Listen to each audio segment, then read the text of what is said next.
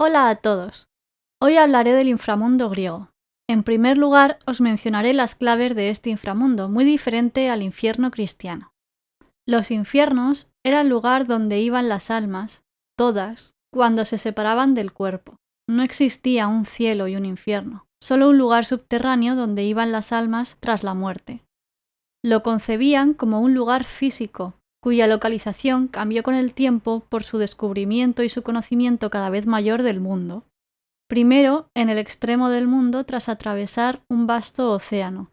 Se llegaba a una orilla tenebrosa y desolada, sin ningún ser vivo y sin que llegara el sol. Solo había sauces y álamos negros que nunca daban fruto. Al aumentar ese conocimiento de la geografía y descubrir lugares lejanos habitados, entonces cambió a la versión más conocida que ahora veremos. No era un lugar de tormento ni de tortura eterna como el infierno cristiano.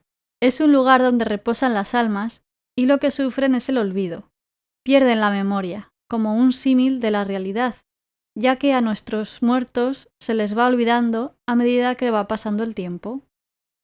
Al principio se tiene una concepción de limbo, donde se retiran las almas y pierden casi toda su personalidad. Luego tienen cierta concepción de lugar de justicia donde te espera un tribunal compuesto por Hades y sus 3 asesores, Eaco, Minos y Radamantis. Según la sentencia del tribunal, las almas eran arrojadas al Tártaro o llevadas a los campos elíseos o a las islas de los bienaventurados. El Tártaro estaba cerrado con puertas de bronce y rodeado por una triple muralla y un río, y sobre todo estaban los gigantes.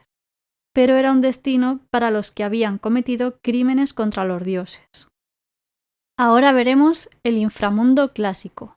La creencia popular más extendida fue que el inframundo se encontraba en el centro de la Tierra, en el Érebo, al cual se accedía por medio de profundas cavernas. Algunas de estas cavernas eran Aquerusa en Épiro, Heraclea en el Ponto y otra en el Cabo Ténaro y otra en Colono. La otra vía de acceso eran los ríos, cuyo curso fuera parcialmente subterráneo, ya que se introducían en la tierra y podían llegar hasta el inframundo. Y el río más conocido de estos era el Aqueronte, y su afluente el Cocito y su subafluente el Estige. También eran conocidos por alcanzar los dominios del Hades. Bien, ya conocemos las vías de acceso. ¿Y ahora qué? Pues de lo que pasa en el interior hay menos descripciones, e incluso distintas, dando una versión imprecisa. Los mitos hablan del bosque de Perséfone, una antesala oscura llena de álamos y sauces negros que hay que atravesar para llegar a las puertas del inframundo. Ante la puerta se encuentra lo que la gente conoce como cancerbero, que en realidad es un perro, un can, llamado Cerbero. Se trata de un perro del que se dan distintas descripciones, pero todas ellas eran monstruosas.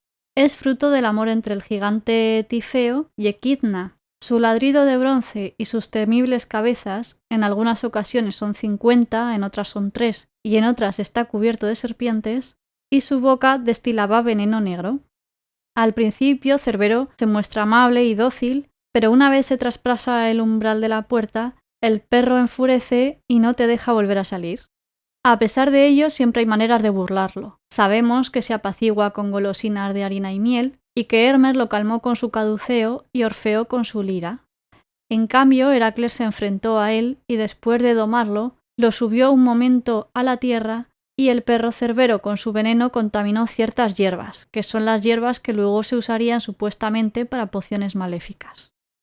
A continuación había que atravesar el río Aqueronte, que en origen era un hijo de la diosa Gea y que como castigo por apagar la sed de los titanes que luchaban contra Zeus, fue arrojado al inframundo y convertido en río. Para poder atravesar este río había que recurrir al barquero Caronte. Era un viejo arisco al que había que pagarle bien su precio. De lo contrario, el barquero no tenía piedad y el alma quedaba condenada a vagar por la orilla desierta sin alcanzar refugio. Por eso, cuando una persona moría en Grecia, era muy importante colocar una moneda en la boca del fallecido, para asegurarse de que podía llegar al lugar de reposo de las almas. Además estaban el río Estige, que rodeaba el mundo subterráneo, y el río Lete, cuyas aguas te hacía olvidar el pasado. Este inframundo se dividía en 2 grandes regiones, los Campos Elíseos y el Tártaro. Ahora hablaremos un poquito de Hades, que era el dios del inframundo. Hades, al igual que otros dioses, tiene distintos epítetos, otros nombres o adjetivos con los que se conoce. Hades parece significar el invisible, pero también se le llamaba Plutón, que es riqueza, por ser el ocultador de tesoros bajo tierra y dios de la riqueza agrícola. También se le podía llamar Aidoneo. Era hijo de Rea y Cronos, y por lo tanto hermano de Zeus y de Poseidón. Al igual que el resto de sus hermanos, fue engullido por su padre Cronos hasta que Zeus liberó a todos y recibió de él el dominio del inframundo. Tras este hecho, solo se le ve salir del inframundo en 2 ocasiones, aunque si lo hubieran más veces, nadie se daría cuenta porque tiene un casco que lo hace invisible.